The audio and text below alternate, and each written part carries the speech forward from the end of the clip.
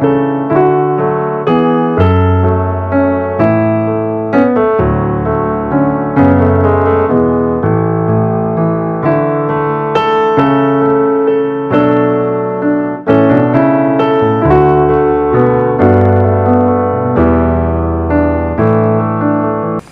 Advent.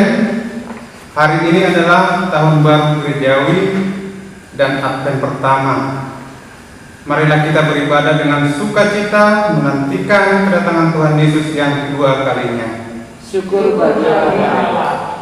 Kita menanti kedatangannya dengan bersukacita senantiasa, tetap berdoa dengan mengucap syukur dalam segala hal, seperti yang dikehendaki Allah di dalam Kristus Yesus. Marilah kita bernyanyi Hosianna anak Daud.